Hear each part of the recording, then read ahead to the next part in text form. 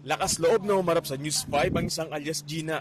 Nananawagan kasi siya na itigil na ni Dondon Patidongan ang pangaharas nito sa kanya. Ito'y matapos niyang kasuhan ng rape at serious illegal detention ang self-proclaimed whistleblower sa kaso ng mga nawawalan sa bungero. Papatayin daw po niya yung magulang ko, mga ganun po. May mga tauhan ako. Ginaganon po. Ginugulo po ako ng asawa po niya. Sinasabihan po ako ng digger. Ganun po. Kinat nga po ako sa TikTok. Tapos sinabi niya, magkano ba? Kwento ni Gina, 2021 niya nakilala si Dondon matapos siyang mapanood sa social media. 16 anyos pa lamang daw siya ng mga panahong yon at isang content creator. Noon, ang pakilala pa raw ni Dondon sa kanya ay Jason at niligawan siya nito.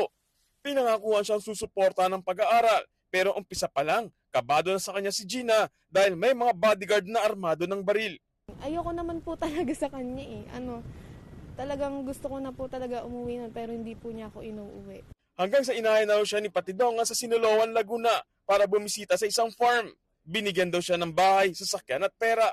Pero paulit-ulit din daw siyang pinagsamantalahan at tinakot na papatayin kung hindi raw makikisama kay Patidongan. Hindi po ako nakapagsumbong kasi pinagbabantaan din po niya ako. Tsaka nung time po na ni-rape po ako, may nakaamba pong barel. Minsan nga po, gino-joke niya ako sabi niya.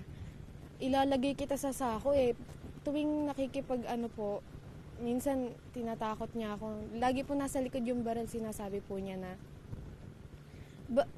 di ba napag-usapan na natin to? Kahit di ko po alam yung sinasabi po niyang napag-usapan, wala naman kaming pinag-usapan na gano'n.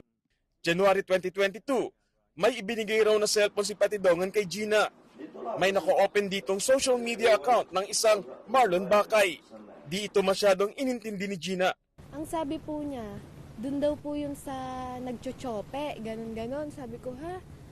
Tapos hinayaan ko na po, wala naman po akong paki dun Ngayon, nalaman na lang niya na isang sabungero pala ito na kalaunan na hinawala.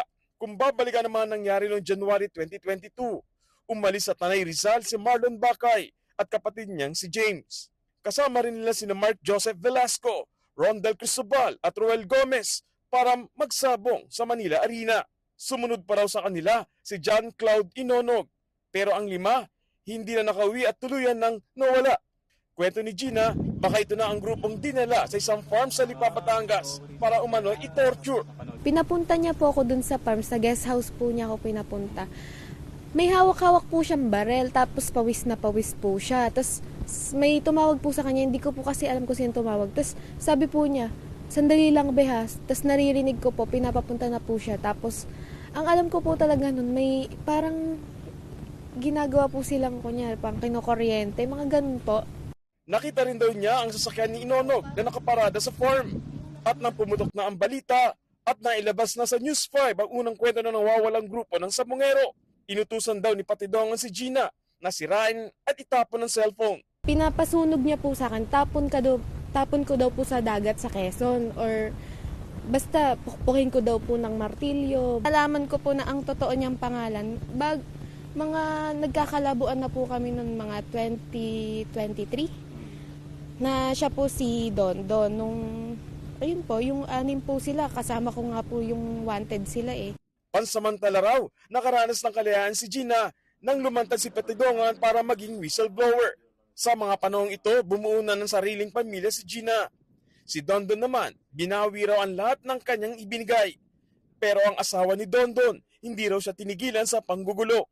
Sa ngayon, gusto na lang daw ni Gina na matapos na ang pangaharas sa kanya.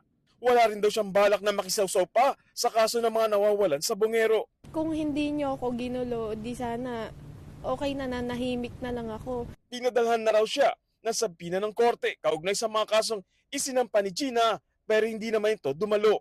Bukas ang aming himpilan sa pahayag ni Patidongan sa issue.